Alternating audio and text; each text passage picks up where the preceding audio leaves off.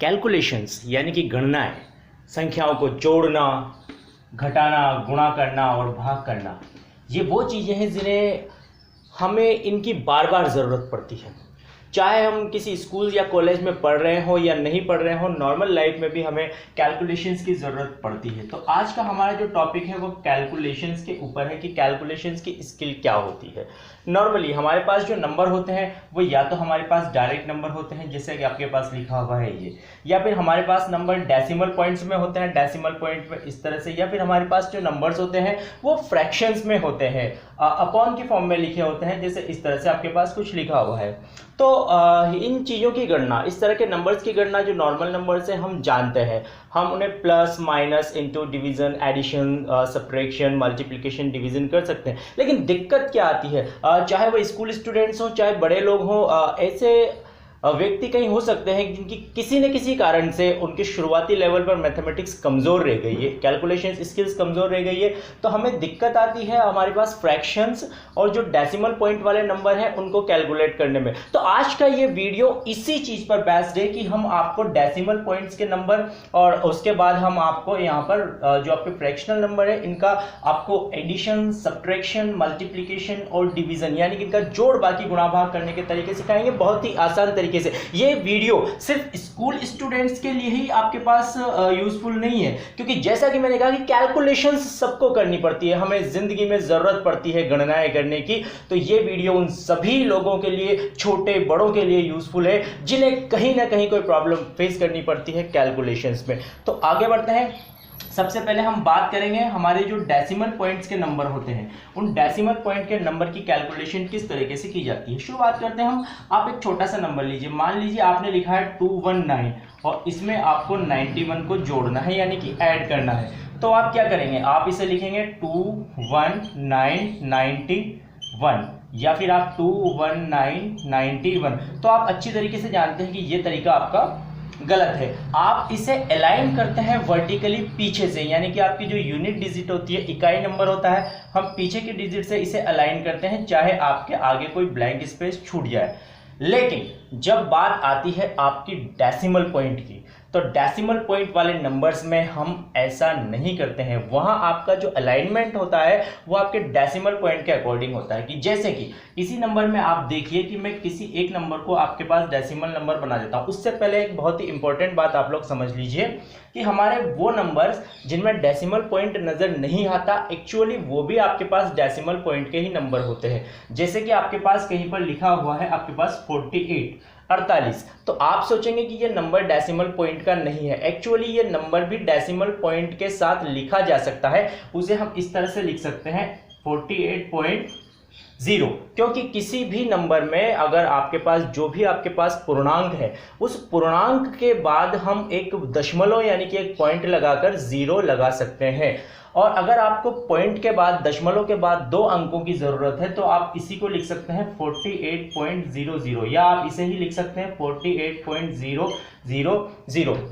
यहाँ ये नंबर दिखने में भले ही आपको अलग अलग रूप में दिख रहे हैं, लेकिन आप ध्यान रखिए कि यदि हमने 48 के बाद पॉइंट लगाया है और पॉइंट के बाद आपके पास सिर्फ जीरोज है और कोई डिजिट नहीं है, तो फिर ये सारे जो संख्या है आपके सामने वो इक्वल हैं। ये भी 48 है, इसकी वैल्यू भी 48 है, इसकी वैल्यू भी 48 है और इसकी वैल्यू भी 48 ही है। तो हम किसी भी नंबर को इस तरह से लिख सकते हैं। इसका उल्टा आप समझिए कि किसी भी नंबर में मान लीजिए कि आपके पास पॉइंट के बाद सिर्फ जीरोज ही हैं और उसके अलावा कुछ भी नहीं है, तो आप उस पॉइंट को भी एलिमिनेट कर सकते हो और उन जीरो को भी एलिमिनेट कर सकते हो। लेकिन जीरो के अलावा कोई भी अगर आपकी डिजिट आ गई, जैसे कि आपके पास ये लिखा हुआ है इस तरह से और यहाँ 1 लिखा हुआ है, तो आप इस पॉइंट को एलिमिनेट नहीं कर सकते, आप इन जीरोस को भी एलिमिनेट नहीं कर सकते। इसकी वैल्यू आपके पास इतनी ही होगी। इसे आप 25 के इक्वल नॉर्मली नहीं कहेंगे, हम लगभग बराबर कह सकते हैं, लेकिन इसे 25 के इक्वल यानी कि बराबर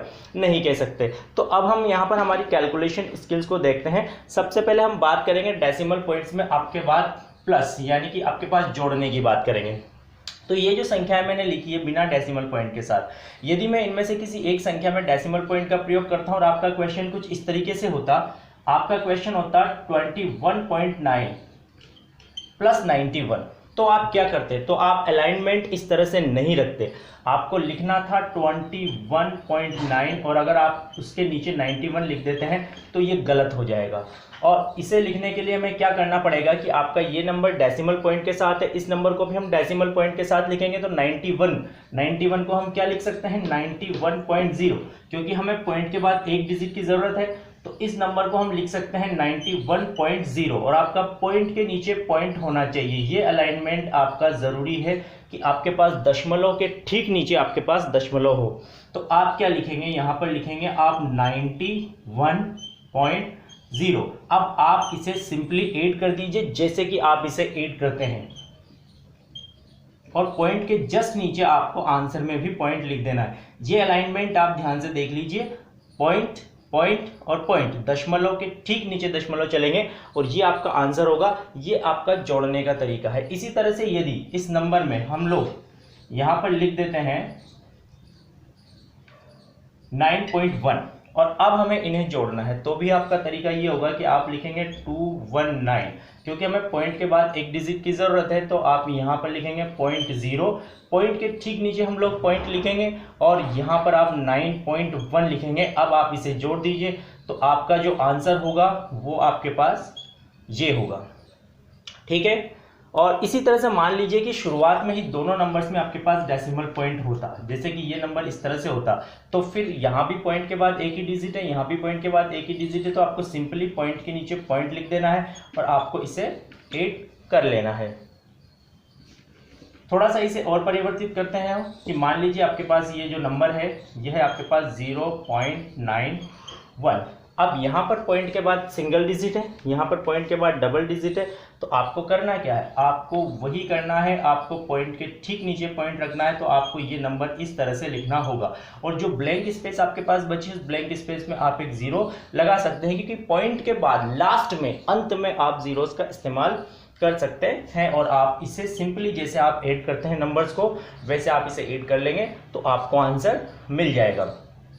और अब हमारी बात आती है सब्ट्रैक्शन की। सब्ट्रैक्शन में भी आपको सेम यही रूल आपको फॉलो करना है कि अगर यहाँ पर माइनस का साइन है तो आपको वही रूल फॉलो करना है कि आपको ठीक डेसिमल पॉइंट के नीचे डेसिमल पॉइंट ही आपको लिखना है और आपको सिंपली जैसे आप सब्ट्रैक्ट करते हैं वही आप करेंगे और आंसर में भी आप डेसिमल पॉइंट के ठीक नीचे डेसिमल पॉइंट लिख देंगे तो आपको अपना आंसर मिल जाएगा।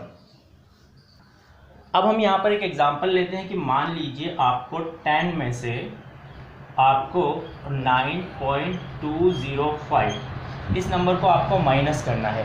तो कई बार स्टूडेंट्स को लगता है देख के कि ये क्या हो गया, हम एक छोटे नंबर में से एक बड़ा नंबर माइनस कर रहे हैं। तो ये आप याद रखिए कि ये नंबर जो है वो 10 से बड़ा नहीं है। भले ही आपको इसमें डिजिट्स ज़्यादा नज़र आ रही हैं लेकिन 9.205 का मतलब है कि ये नंबर 9 से थोड़ा बड़ा है लेकिन 10 से छोटा है। तो अब हम इसे कैसे कैलकुलेट करेंगे, देखिए आपके पास जो 10 है उसमें आपको डेसिमल पॉइंट नज़र नहीं आ रहा है और इस नंबर में आपको डेसिमल पॉइंट के बाद 3 डिजिट्स आपको नज़र आ रही हैं 1 2 3। तो आप इसको क्या लिख सकते हैं, आप 10 को लिख सकते हैं 10.000। ठीक डेसिमल पॉइंट के नीचे हम लोग डेसिमल पॉइंट लिखेंगे तो हम लिखेंगे 9205 और आपको इसे सब्ट्रैक्ट करना है, घटाना है तो आप वैसे ही करेंगे जैसे कि आप लोग करते हुए आज तक करते हुए आए हैं। आप यहाँ लिखेंगे 5, यहाँ लिखेंगे आप 9 7 और 0। तो आपको अपना आंसर मिल जाएगा। बहुत ही इजीली आपको इसी तरह से नंबर्स को सब्ट्रैक्ट करना है।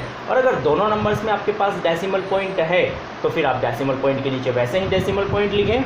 और इसके बाद अब हम बात करते हैं मल्टीप्लिकेशन की, बात करते हैं कि मल्टीप्लिकेशन कैसे किया जाता है। यहाँ आपको ध्यान देने की ज़रूरत है कि मल्टीप्लिकेशन में ये जो रूल था आपका कि हमें पॉइंट के नीचे पॉइंट रखना है वो आपको फॉलो नहीं करना है। मल्टीप्लिकेशन और डिवीज़न के रूल थोड़े से अलग हैं, समझिए कैसे। कि मान लीजिए आपको 125 को 5 से आपको मल्टीप्लाई करना है यानी कि गुणा करना है। सिंपली अगर आप इसे करेंगे तो आपको क्या मिलेगा, आपको 625 5 मिलेगा, आप मल्टीप्लाई करके अगर इसे देखेंगे तो। लेकिन अब अगर आपके पास जो नंबर है वो है आपका 12.5 और उसे आपको 5 से मल्टीप्लाई करना है, तो सबसे पहले आप थोड़ी देर के लिए इस पॉइंट डेसिमल पॉइंट को भूल जाइए। इस डेसिमल पॉइंट को भूलने के बाद अगर आप 125 को 5 से मल्टीप्लाई करते हैं तो आपको आंसर क्या मिलता है, 625। 625 में आपको देखना है कि आपके जो दोनों नंबर्स थे उनमें पॉइंट के बाद टोटल मिला के कितनी डिजिट्स है, क्योंकि इसमें आपने यहाँ पर डेसिमल पॉइंट है ही नहीं, दिख ही नहीं रहा आपको। यहाँ डेसिमल पॉइंट के बाद एक डिजिट है, सिर्फ एक डिजिट है, तो आपको क्या करना है कि पीछे से एक डिजिट छोड़ के आपको डेसिमल पॉइंट यहाँ पर लगा देना है, तो ये आपका आंसर हो जाएगा 62.5। इसी की जगह अगर इस नंबर में आपके पास होता 1.25 × 5, तो आप वही काम करते, आप 125 को 5 से मल्टीप्लाई करते 625 इसी तरह से। तो सबसे पहले आपका आंसर यही आएगा। फिर आप देखेंगे कि आपके पास डेसिमल पॉइंट के बाद आपके पास 2 डिजिट्स है, 1 और 2, तो आप पीछे से 1 और 2 डिजिट्स छोड़ के यहाँ पर आप डेसिमल पॉइंट प्लेस कर देंगे तो आपको अपना आंसर मिल जाएगा। ठीक इसी तरह से मान लीजिए कि ये क्वेश्चन होता आपके पास 12.5 और आपको उसे मल्टीप्लाई करना था 0.5 से, तो आपके पास ये जो नंबर है बिना डेसिमल पॉइंट के अगर आप 1, 2, 5 और 0.5 देखेंगे तो 0.5 का मतलब आपके पास 5 ही होगा। जी हाँ, 0.5 का मतलब 5 ही होगा। और आप डेसिमल पॉइंट को इग्नोर करके, डेसिमल पॉइंट को भूल कर जब आप इसे मल्टीप्लाई करेंगे तो आपको 625 ही मिलेगा। लेकिन अब आप देखेंगे कि आपके जो दोनों नंबर्स हैं उसमें पॉइंट के बाद एक डिजिट इसमें है और पॉइंट के बाद एक डिजिट इसमें है, तो डेसिमल पॉइंट के बाद आपके पास टोटल डिजिट्स कितनी हुई, 2। तो आप 1 और 2 डिजिट्स आप यहाँ से छोड़ के इसको डेसिमल पॉइंट लगाएंगे तो आपको 6.25 इसका आंसर मिलेगा। इन दोनों कैलकुलेशंस को आप देखिए, इसमें एक ही नंबर में पॉइंट के बाद 2 डिजिट्स हैं और इसमें दोनों नंबर्स में मिला के पॉइंट के बाद 2 डिजिट्स है, तो दोनों का आंसर आपको सेम ही मिला है। इस तरह से आप कोई भी कैलकुलेशंस आपके पास कर सकते हैं। मान लीजिए कि आपको 1.237 को आपको मल्टीप्लाई करना है 100 से, तो आप सबसे पहले ये देखिए कि अगर हम इस पॉइंट को भूल के 1237 को 100 से मल्टीप्लाई करें तो हमें आंसर मिलता है 123700। तो हमारे आंसर में डिजिट्स यही होंगी 123700। लेकिन अब आप देखेंगे कि यहाँ पर आपके पास 1, 2 और 3 डिजिट्स छोड़ के आपने डेसिमल पॉइंट प्लेस किया हुआ है, तो 1, 2 और 3 डिजिट्स छोड़ के हम लोग यहाँ पर डेसिमल पॉइंट लगाएंगे पीछे से, तो आपका आंसर होगा 123.700। यहाँ पर एक बहुत ही ध्यान देने लायक बात मैं आपको बताता हूँ कि जब इन नंबर्स को पढ़ा जाता है तो आप इस नंबर को जो 1, 2, 3 है उसे 123 कहेंगे, लेकिन पॉइंट के बाद, डेसिमल पॉइंट के बाद जो नंबर्स आते हैं हम उन्हें पूरा मिलाकर कभी नहीं पढ़ते हैं। जैसे कि आपको 700 नज़र आ रहा है लेकिन हम हमेशा इसे 700 ही बोलेंगे। ये नंबर जो है आपका, ये आपका बिना डेसिमल पॉइंट के आप इसे कह सकते हैं 1237, 1237। लेकिन हम इसे पॉइंट के बाद यहाँ पर 237 यानी कि 237 नहीं कहेंगे, हम कहेंगे 1.237। तो ये आपके पास इस कैलकुलेशन का यहाँ पर आंसर हो चुका है। एक और ख़ास बात यहाँ पर ये है कि इस डेसिमल पॉइंट के बाद ये 7 है और उसके बाद आपको सिर्फ 0 नज़र आ रहे हैं, तो आप इस दोनों 0 को एलिमिनेट कर सकते हैं। आप इसे लिख सकते हैं 123.7। आप चाहे 123.700 लिखें या 123.7 लिखें, दोनों का आपके पास एक ही मतलब है, दोनों आंसर्स आप यहाँ पर लिख सकते हैं, कंफ्यूज होने की कोई ज़रूरत नहीं है। अब यहाँ पर हम लोग एक एग्जांपल लेते हैं। आपको 14.5 को 0.005 से मल्टीप्लाई करना है। सबसे पहले ये देखिए कि अगर हम डेसिमल पॉइंट को इग्नोर कर देते हैं मल्टीप्लिकेशन में, डेसिमल पॉइंट को इग्नोर कर देते हैं तो आपका यहाँ पर जो नंबर होगा वो होगा 145 और 005, और 005 का मतलब है आपके पास सिर्फ 5। तो अगर आप इन दोनों को मल्टीप्लाई करते हैं, 145 को अगर आप 5 से मल्टीप्लाई करते हैं तो आपको मिलता है 725, यानी कि आपका जो यहाँ पर जो आंसर होगा उसकी डिजिट्स आपके पास यही होंगी 725। लेकिन अब आप देखिए कि आपको पीछे से कितने डिजिट्स छोड़कर आपको डेसिमल पॉइंट प्लेस करना है, तो आप देखेंगे कि इस नंबर में डेसिमल पॉइंट के बाद 1 डिजिट है और यहाँ पर डेसिमल पॉइंट के बाद 3 डिजिट्स हैं, तो टोटल मिला के आपको 4 डिजिट्स आपको छोड़नी है। लेकिन आप देखेंगे कि यहाँ पर 4 डिजिट्स है ही नहीं। आपका नंबर लिखा हुआ है 725 जिसमें 3 डिजिट्स है, तो हम पीछे से 4 डिजिट्स छोड़ेंगे तो 1 2 3, तो यहाँ 4th डिजिट के लिए हम क्या लगाएंगे, एक 0 लगाएंगे। तो आपको 4 डिजिट छोड़ के आपको यहाँ पर 1 2 3 और 4 ये डिजिट छोड़ के आपको यहाँ पॉइंट प्लेस कर देना है। इस पॉइंट के पहले आपके पास क्योंकि आपको कोई भी नंबर नज़र नहीं आ रहा है तो आप वहाँ लिखेंगे 0, तो आपका आंसर होगा यहाँ पर 0.0725। बहुत ही आसान है, मल्टीप्लिकेशन में आपको बिल्कुल दिक्कत नहीं आएगी। आपको सिर्फ ये देखना है कि डेसिमल पॉइंट के बाद आपके कितने नंबर्स आपके पास आ रहे हैं और इजीली आपकी कैलकुलेशन इससे हो जाएगी। एक बार फिर से जो हमने अब तक सीखा है उसमें मैं आपको फ़र्क बता देता हूँ। ये आपके पास 2 नंबर्स लिखे हुए हैं, पहले नंबर में आपके पास प्लस का साइन है, हो सकता है या माइनस का साइन भी हो सकता है, और यहाँ पर जो दूसरा नंबर है उसमें आपके पास मल्टीप्लिकेशन का यानी कि आपके पास गुणा का यहाँ पर चिन्ह है। दोनों को लिखने के तरीके में फ़र्क क्या होगा, इस नंबर में आप जब इसे प्लस या माइनस करेंगे तो आपको ये ध्यान रखना है कि आपके डेसिमल पॉइंट के नीचे आपका डेसिमल पॉइंट होना चाहिए। तो आप अपने नंबर को इस तरह से लिखेंगे और इस ब्लैंक जगह में आप 0 लगा सकते हैं, इस ब्लैंक जगह में आप 0 लगा सकते हैं, इस ब्लैंक जगह में आप 0 लगा सकते हैं। इसका तरीका ये होगा कि आपके पॉइंट के नीचे पॉइंट अलाइन होना चाहिए और आपके आंसर में भी पॉइंट के जस्ट नीचे आपका पॉइंट ही आएगा। लेकिन अगर आप इसे मल्टीप्लाई कर रहे हैं तो आपको इस अलाइनमेंट की कोई ज़रूरत नहीं है, आपको 1 2 3.4 और 1.44 को लिखना है और आपको इसे इस पॉइंट को अवॉइड करते हुए, इस पॉइंट को भूलते हुए आपको 1 2 3 4 को 144 से मल्टीप्लाई करना है। और जो आंसर आपका मिलेगा, आपको यहाँ जो आपका आंसर आएगा उस आंसर में आपको 1 2 और 3 डिजिट्स पीछे से छोड़ के आपको यहाँ पर पॉइंट प्लेस कर देना है। आपकी यहाँ पर 3 डिजिट्स आएंगी, तो 3 डिजिट्स को छोड़ के आपको यहाँ पर पॉइंट प्लेस कर देना है और बाकी डिजिट्स आपकी उससे पहले रहेंगी। ये दोनों को प्लस माइनस और मल्टीप्लिकेशन में आपका अंतर है। अब बहुत ही इंपॉर्टेंट फैक्ट पे आ रहा है, डिवीज़न। सबसे ज़्यादा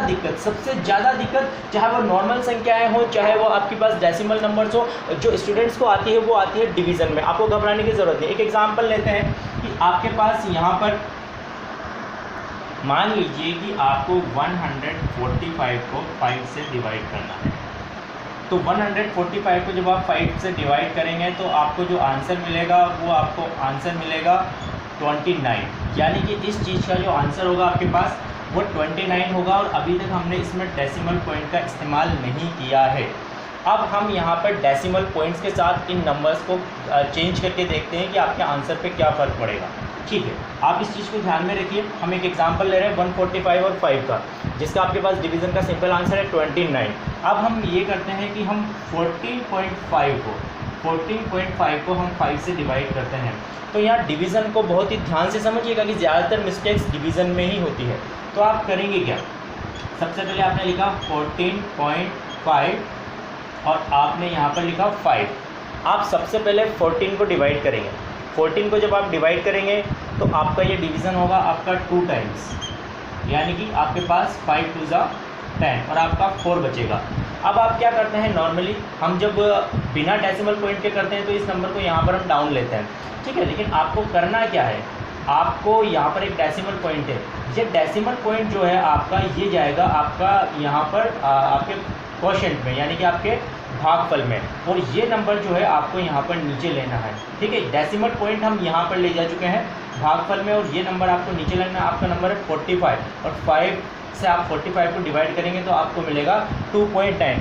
आप याद रखिए कि यहाँ पर आपको गुणा की तरह, मल्टीप्लिकेशन की तरह डिजिट्स काउंट नहीं करनी है। भले ही इस आंसर में आपके क्वेश्चन में भी 1 डिजिट छोड़ के पॉइंट था, आंसर में भी 1 डिजिट छोड़ के पॉइंट था, लेकिन ये वो वाला रूल नहीं है मल्टीप्लिकेशन वाला। यहाँ पर आपने इस तरह से डिवीज़न किया है और इस तरह से आपको आंसर मिला है। अब हम इसे थोड़ा सा और चेंज करते हैं।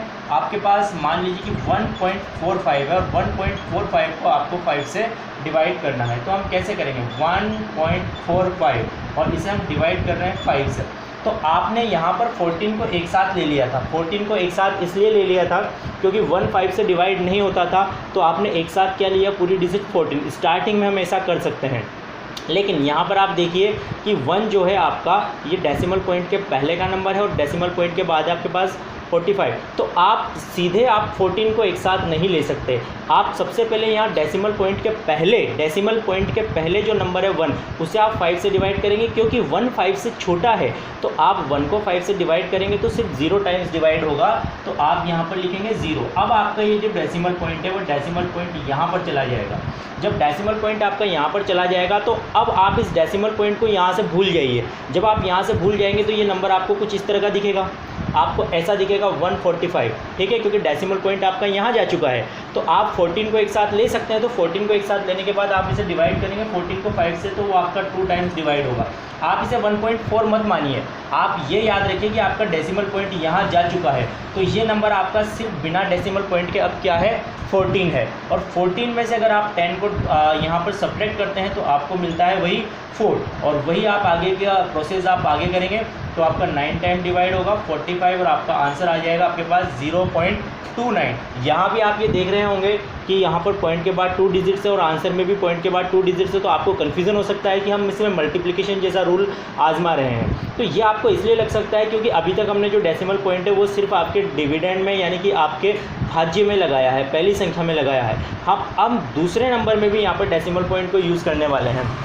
तो अब हमारी जो अगली कैलकुलेशन है वो अगली कैलकुलेशन ये है कि हम 145 को 0.5 से डिवाइड करने वाले हैं। देखिए क्या फ़र्क पड़ेगा, बहुत ही गौर से देखिएगा कि 145 को हम 0.5 से यहाँ पर डिवाइड करने वाले हैं। तो इस तरह के नंबर्स को डिवाइड करने में आपको दिक्कत आती है, ये आप सीधे इस तरीके से नहीं कर सकते। इसे करने का आपके पास जो तरीका है वो तरीका ये होगा कि पहले हम इसे, बहुत ही गौर से देखिए, हम इसे लिखेंगे 145 अपॉन 0.5।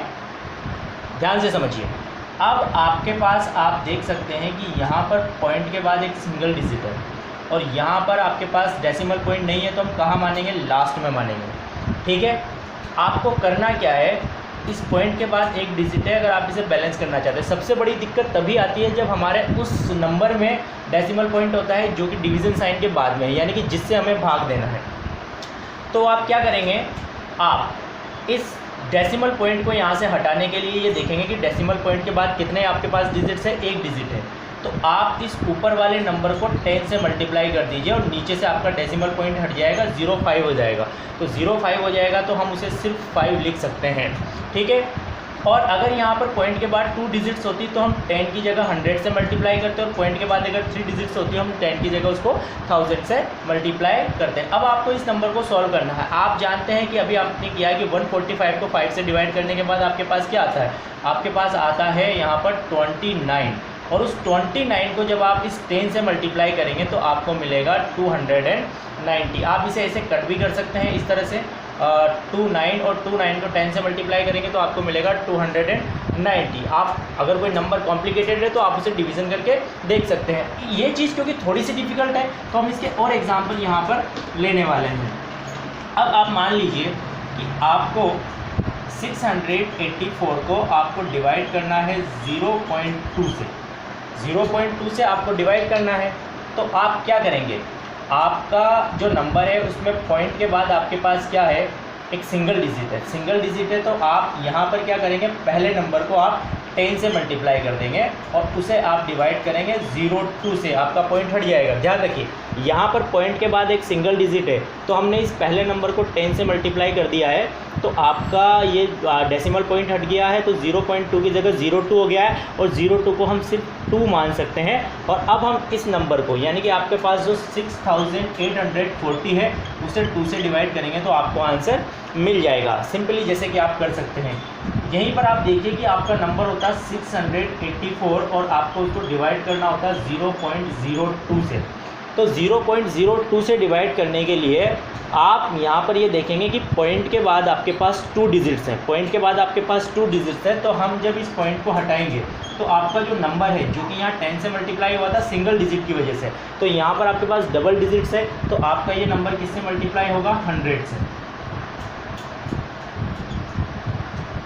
और यहाँ से आपका डेसिमल पॉइंट हट जाएगा, आपके पास हो जाएगा 002, और 002 को आप सिर्फ 2 लिख सकते हैं। अब आपका जो नंबर आएगा 68400, उसे आप सिंपली 2 से डिवाइड कर सकते हैं, जैसे भी आपको डिवाइड करना आता है, और आपको आंसर मिल जाएगा। अब आप सोचिए कि यहाँ अगर आपका नंबर आपका नंबर 684, इसके बाद आपका नंबर होता 1.2, 1.2 आपका नंबर होता, तो आप क्या करते, तो भी आपको यही करना था। पॉइंट के बाद यहाँ पर आपके पास 1 डिजिट है, तो हम इसे किससे मल्टीप्लाई करेंगे, 10 से, और ऐसा करने के बाद आप इस पॉइंट को हटा के इसे 12 मान सकते हैं। अब आपके जो नंबर्स आएंगे वो आएंगे 6840, और उसे आप 12 से डिवाइड कर दीजिए। जैसे आप उसको 12 से डिवाइड करेंगे, जैसा आपको करना आता है, तो आपको अपना आंसर मिल जाएगा। अब हम एक और यहाँ पर एक कंडीशन ले रहे हैं कि आपके पास नंबर होता 68.4 और आपको उसे डिवाइड करना था 0.2 से। तब हम क्या करेंगे, बहुत ही ध्यान से समझिए। अगर यहाँ डेसिमल पॉइंट नहीं होता और सिर्फ इस नंबर में होता तो उसका तरीका हम सीख चुके हैं, और अगर यहाँ नहीं होता, सिर्फ यहाँ होता, तो उसका तरीका हम यहाँ ऊपर सीख चुके हैं। अब आपका ये थोड़ा सा अलग है। क्यों अलग है? क्योंकि इसमें जो आपका पहला नंबर है डिविडेंड, उसमें भी डेसिमल पॉइंट है, और जो दूसरा नंबर है आपका डिवीज़र, उसमें भी डेसिमल पॉइंट है। तो आपको इसके अकॉर्डिंग देखना, आपको कोशिश करनी है कि जो आपका डिवीज़र होता है, जो आपका दूसरा नंबर है इस डिवीज़न साइन के बाद का, उसमें से आपको डेसिमल पॉइंट हटाना है। पहले नंबर में आ जाए तो उसका तरीका तो हम सीख चुके हैं। तो आपको क्या करना है, यहाँ पॉइंट के बाद आपके पास सिंगल डिजिट है, सिंगल डिजिट है, तो आप 68.4 को आप किससे मल्टीप्लाई करेंगे, 10 से। ऐसा करने के बाद आपका ये पॉइंट हट जाएगा, 02 हो जाएगा, जिसे हम 2 लिख सकते हैं। तो ये जो नंबर है आपका, जब आप इन्हें मल्टीप्लाई करेंगे तो आप बिना पॉइंट के, जैसे हमने मल्टीप्लिकेशन में बताया था, बिना पॉइंट के आप मल्टीप्लाई करेंगे तो आपका होगा 6840, और 1 डिजिट छोड़ के पॉइंट लगाएं। हम सिर्फ इस डिवीज़न को सॉल्व कर रहे हैं, पहले ध्यान से देखिए। तो आप इन दोनों को बिना पॉइंट के मल्टीप्लाई करते हैं तो आपको ये मिलता है, फिर आप 1 डिजिट छोड़ के आप पॉइंट लगाते हैं तो आपको ये मिलता है, और यहाँ आपका 2 हो चुका है। और पॉइंट के बाद आपका अगर सिर्फ 0 है तो उसे एलिमिनेट कर सकते हैं, यानी कि इस कैलकुलेशन में आपको 684 को 2 से डिवाइड करना है। बहुत ही बारीकी से अगर आप खुद इन चीज़ों के बारे में सीखेंगे तो आपकी कैलकुलेशन बहुत फास्ट हो जाएगी, आप बहुत ही अच्छे तरीके से उसे कर सकते हैं। डिवीज़न को मैं चाहता हूं कि आप लोग अच्छे तरीके से समझें। कुछ और एग्जांपल्स मैं आपके सामने यहाँ पर ले रहा हूं, और हम ये भी देखेंगे कि हम इसे डायरेक्ट कैसे समझ सकते हैं। देखिए, आपके पास कोई भी आप नंबर ले लीजिए, आपके पास नंबर है यहाँ पर 1764, और हमने यहाँ पर डेसिमल पॉइंट लगाया है, और हम इसे मान लीजिए कि आप 2.4 से आप इसे डिवाइड कर रहे हैं। 2.4 से आप इसे डिवाइड कर रहे हैं, तो आप क्या करेंगे, आप इस नंबर को आप 2.4 में पॉइंट के बाद सिंगल डिजिट है तो 10 से मल्टीप्लाई करेंगे और इसका डेसिमल पॉइंट हटा देंगे। इस मल्टीप्लिकेशन को आप पहले सॉल्व करेंगे, जैसा कि आपको अभी रूल्स बताए हैं। जब आप इस मल्टीप्लिकेशन को सॉल्व कर लेंगे तो ये नंबर डेसिमल पॉइंट के साथ भी हो सकता है, बिना डेसिमल, जैसी भी इसकी कंडीशन है। इस नंबर को आपको 24 से डिवाइड करना है, कि जैसा कि हम सिंपली कर रहे थे उस तरीके से, ठीक है। और अगर आपके पास ये नंबर जो है वो 0.24 होता, यानी कि ये नंबर आपके पास इस तरीके से होता, तो फिर आपको इसे 100 से मल्टीप्लाई करना था, क्योंकि यहाँ पॉइंट के बाद डबल डिजिट है, तो 100 से मल्टीप्लाई करने के बाद हम यहाँ का डेसिमल पॉइंट हटा सकते हैं। अब जो आपका नंबर है वो 176400 हो जाएगा, जिसमें हमें 1 और 2 डिजिट छोड़ के आपको डेसिमल पॉइंट लगाना है, और इसको हम लिख सकते हैं 1764, ओके, और 1764, और उसे आप 24 से डिवाइड कर सकते हैं। तो आपने देखा कि किस तरीके से अब आप नेक्स्ट वीडियोस में हम, जैसे आज डेसिमल पॉइंट्स के लिए सिखाया है, हम आपको फ्रैक्शंस यानी कि भिन्नात्मक जो संख्याएं होती है उनकी कैलकुलेशंस को लेकर वीडियोस आपके सामने लेकर आएंगे। तो हम चाहते हैं कि जो भी लोग मैथ्स सीख रहे हैं उन्हें हर तरह के नंबर्स को अच्छी तरह से और एफिशिएंटली कैलकुलेट करना है। मैथ्स सीखते रहिए, पढ़ते रहिए, बढ़ते रहिए। हमारे वीडियोज़ के साथ बने रहने के लिए बहुत बहुत धन्यवाद।